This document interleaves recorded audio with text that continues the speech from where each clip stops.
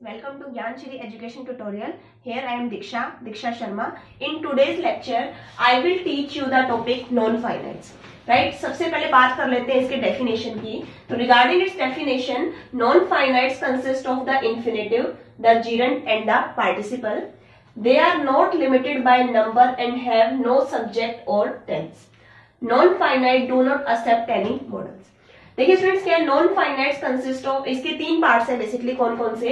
Infinitive, जीरेंड और participle. बताऊंगी आपको कि आगे क्या होते हैं. ये डेफिनेशन की बात कर रहे हैं general. They are not limited by number, right, and have no subject or tense. ना ही इनका कोई पर्टिकुलर सब्जेक्ट है और ना ही tense, right. Non finites do not accept any modals. ये किसी मॉडल को भी स्वीकार नहीं करते. अब स्टूडेंट्स क्या है, थोड़ा सा मैं आपको वर्ब्स का ओवरव्यू दे देती हूँ कि जो वर्ब्स हैं वो आपकी दो टाइप्स की होती है मेनली. कौन कौन सी? First is finite verb and second is non finite verb. जो फाइनाइट वर्ब है वो क्या है, खैर हमारा जो मेन टॉपिक रहेगा इस वीडियो के अंदर वो नॉन फाइनाइट है, बट स्टिल थोड़ा सा फाइनाइट के बारे में भी ओवरव्यू दे देती हूँ. आपको पता होना चाहिए हमें कि फाइनाइट वर्ब क्या होती है, राइट. तो फाइनाइट वर्ब की अगर बात की जाए तो क्या है फाइनाइट वर्ब? फाइनाइट वर्ब वे वर्ब्स होती है जो सब्जेक्ट के नंबर, पर्सन तथा टेंस के अनुसार बदलती है. किसके अनुसार बदलती है स्टूडेंट्स? याद रखिए, सब्जेक्ट का नंबर क्या है, वो पर्सन क्या है, मतलब फर्स्ट पर्सन है, सेकंड पर्सन है, थर्ड पर्सन है, या फिर टेंस कौन सा है, राइट. जैसे बात कर लेते हैं एग्जाम्पल की. I play chess daily and second example is they played chess daily. देखिए स्टूडेंट्स क्या है आपका, इन दोनों केस में जो आपकी फाइनाइट वर्ब है, यहाँ पे प्ले है और यहाँ पे प्लेड है, वो आपकी कैसे चेंज हुई? मैंने अभी आपको बताया था कि सब्जेक्ट का जो टेंस है उसके अनुसार चेंज होगी. यहाँ पे तो है हमने जो है प्रेजेंट टेंस का एग्जांपल लिया है, तो आया प्ले, मतलब प्ले यहाँ पे आपकी वर्ब की फर्स्ट फॉर्म. यहाँ पे टेंस कौन सा है स्टूडेंट्स? पास्ट वाला टेंस है, मतलब वर्ब की सेकंड फॉर्म है, प्लेड मतलब, ठीक है. तो अब इसमें जब प्रेजेंट टेंस था तो फाइनाइट वर्ब आई प्ले, और जब पास्ट टेंस हुआ तब कौन सी आई? Played, right. Next is non finite verb. Non finite verb क्या होती है? तो नॉन फाइनाइट क्रिया के रूप तो होते हैं, लेकिन वे क्रिया का कार्य न करके नाउन एवं एडजेक्टिव का कार्य करते हैं, राइट. इनमें सब्जेक्ट के नंबर, पर्सन और टेंस के अनुसार कोई परिवर्तन नहीं होता. मतलब जो आपकी फाइनाइट थी वो तो चेंज हो रही थी सब्जेक्ट के नंबर के अनुसार, पर्सन के अनुसार और टेंस के अनुसार, लेकिन नॉन फाइनाइट्स आपकी क्या रहेंगी? नंबर, पर्सन और टेंस के अनुसार चेंज नहीं होगी, राइट. अब फिर जो ये आपका नॉन फाइनाइट्स है, जैसे मैंने आपको स्टार्टिंग में बताया था कि तीन टाइप्स की आपकी कौन कौन सी? इन्फिनेटिव, जीरेंड और पार्टिसिपल. इन्फिनेटिव दो प्रकार के होते हैं. फर्स्ट जो है बेयर इन्फिनेटिव, जिसे बोला जाता है इन्फिनेटिव विदाउट टू, मतलब जिसमें टू ना लगाओ. दूसरा होता है इन्फिनेटिव विद टू या फिर टू प्लस इन्फिनेटिव, राइट. जीरेंड क्या होता है? वर्ब की फर्स्ट फॉर्म प्लस आईएनजी. और जो तीसरा है पार्टिसिपल. पार्टिसिपल के अंदर स्टूडेंट्स आपके तीन टाइप्स हैं. पहला प्रेजेंट पार्टिसिपल, जिसके अंदर वर्ब की फर्स्ट फॉर्म प्लस आईएनजी आती है. Second is past participle. Past participle का मतलब जिसमें वर्ब की थर्ड फॉर्म का यूज करते हैं. और फिर है परफेक्ट पार्टिसिपल. परफेक्ट पार्टिसिपल आपका दो टाइप में होता है. एक होता है एक्टिव वॉइस के अंदर, दूसरा होता है पैसिव वॉइस के अंदर. एक्टिव वॉइस में क्या होता है? हैविंग प्लस वर्ब की थर्ड फॉर्म, और पैसिव वॉइस में हो जाता है हैविंग बीन प्लस वर्ब की थर्ड फॉर्म.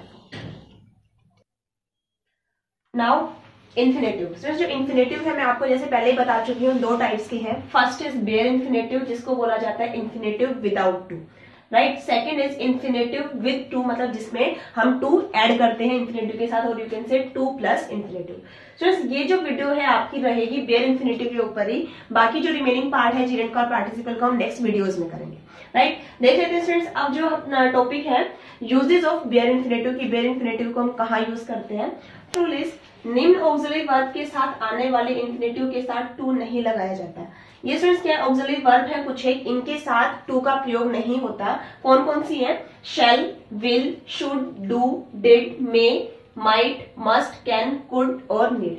ये आपकी ऐसी ऑक्सिलरी वर्ब है, मॉडल ऑक्सिलरी वर्ब, जिनके साथ टू प्लस इन्फिनेटिव का प्रयोग नहीं होता. हम बेयर इन्फिनेटिव लगाएंगे इनके साथ, ठीक है. प्लस स्टूडेंट्स अगर आपको मॉडल ऑक्सिलरी वर्ब अच्छे से गो थ्रू करना हो तो हमने ज्ञानश्री एजुकेशन ट्यूटोरियल पे ही एक पूरी सीक्वेंस बनाई हुई है मॉडल्स की, तो आप वहां से देख सकते हैं. खैर एग्जाम्पल देख लेते हैं. You can take my book, they should help you, I may go there today. देखिए स्टूडेंट जो कैन, शुड, में, जो कि मैं आपको पहले बता चुकी हूँ, ये ऊपर वाली सभी मॉडल ऑक्सिलरी वर्ब थी, तो इनके साथ हमने टू प्लस इन्फिनेटिव नहीं लगाया. आपका बेयर इन्फिनेटिव का यूज है, ठीक है. जैसे टू टेक नहीं है, टू हेल्प नहीं है और टू गो नहीं है, हमने बेयर इन्फिनेटिव मतलब टू प्लस इन्फिनेटिव नहीं लगेगा मॉडल ऑक्सिलरी वर्ब के साथ. सेकेंड रूल क्या है, डेयर और नीड के बाद में जब इनका प्रयोग ऑक्सिलरी के रूप में किया जाए। देखिए क्या है, डेयर और नीड के दो केस हैं।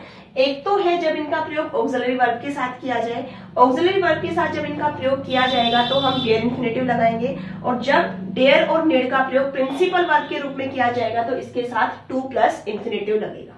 ठीक है, तो जब इनका प्रयोग ऑक्सिलरी वर्ब के रूप में किया जाता है, जैसे देखिए example, he dare not oppose me, you need not do it and need be water the plants. इन सभी के ये जो आपकी डेयर और नीड यहाँ पे यूज हुई है ऑक्सिलरी वर्ब के रूप में हुई है, तो यहाँ पे हमने बेयर इंफिनिटिव का यूज किया। ठीक है, तो प्रिंसिपल वर्ब के रूप में मतलब प्रिंसिपल वर्ब के साथ हो तो याद रखिए टू प्लस इंफिनिटिव लगेगा। हमने ऑक्सिलरी वर्ब के रूप में किया है तो आपका बेयर इंफिनिटिव लगेगा। ठीक है, नेक्स्ट रूल इज, निम्न शब्दों के साथ बेयर इंफिनिटिव का ही प्रयोग किया जाता है। कौन कौन से, had better, would rather, would sooner, sooner than, rather than, had sooner etcetera. जैसे you had better work harder and second example, I would rather die than pet. देखिए स्टूडेंट्स, हैड बेटर है तो हमने सिंपल क्या bear मतलब work use किया, work की first form use किया मतलब बेयर इंफिनिटिव यूज किया।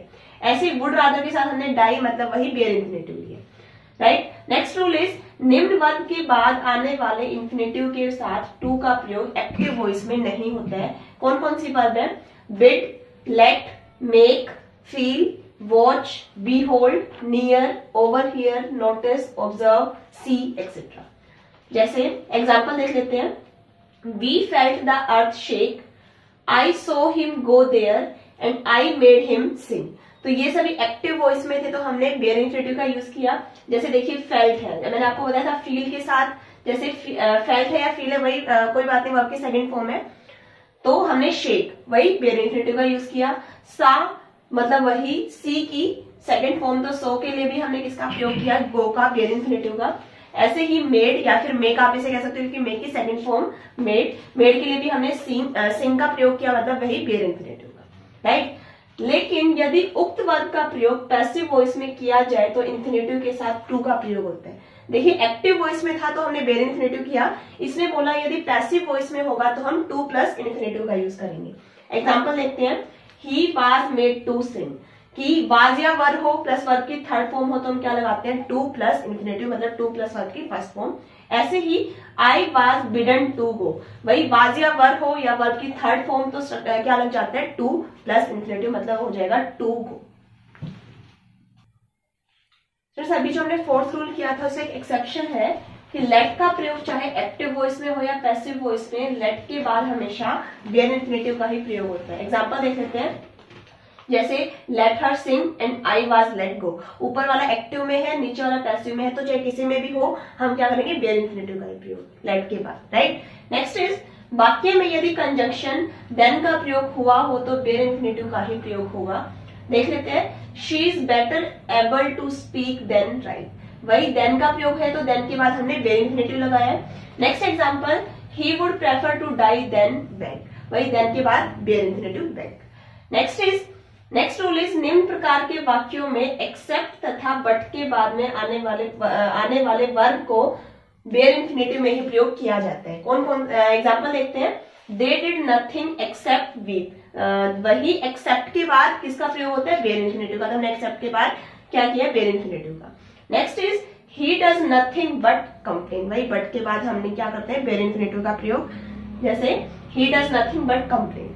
राइट, नेक्स्ट इज, यदि दो इंफिनिटिव्स एंड के द्वारा जुड़े हो तो दूसरे इंफिनिटिव को बेयर इंफिनिटिव के रूप में प्रयोग किया जाता है। क्या है, हमारे पास दो इंफिनिटिव हो और तो हम सेकंड वाले इंफिनिटिव के साथ किसका प्रयोग करेंगे, बेयर इंफिनिटिव का। एग्जांपल देख लेते हैं, he went there to attend the meeting and decide the matter. देखिए जो यहाँ पे है, हमने क्या है, दो इंफिनिटिव है हमारे पास, तो हमने क्या किया, पहले वाले के साथ चलो टू का प्रयोग है, दूसरे वाले के साथ हम किसका करेंगे, इंफिनिटिव, बेयर इंफिनिटिव का ही, एंड डिसाइड द मैटर मतलब डिसाइड क्या है यहाँ पे, bare infinitive.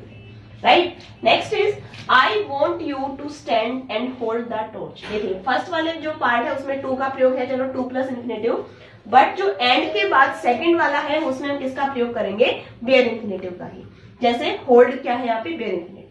Right, next rule is, help के बाद बेयर इंफिनिटिव का ही प्रयोग किया जाता है। Example is I help the old man cross the river. भाई क्रॉस जो है क्या है, बेयर इन्फिनेटिव है यहाँ पे, right. Next is I help him wash his hands. भाई वॉश बेयर इन्फिनेटिव, क्योंकि हेल्प के बाद हम किसका प्रयोग करते हैं, बेयर इन्फिनेटिव। तो स्टूडेंट्स ये जो आज का टॉपिक था नॉन फाइनाइट्स के ऊपर, उम्मीद करती हूँ आपको लेक्चर पसंद आया होगा। तो ज्यादा से ज्यादा चैनल को सब्सक्राइब करें, चैनल को लाइक करें, and thank you very much.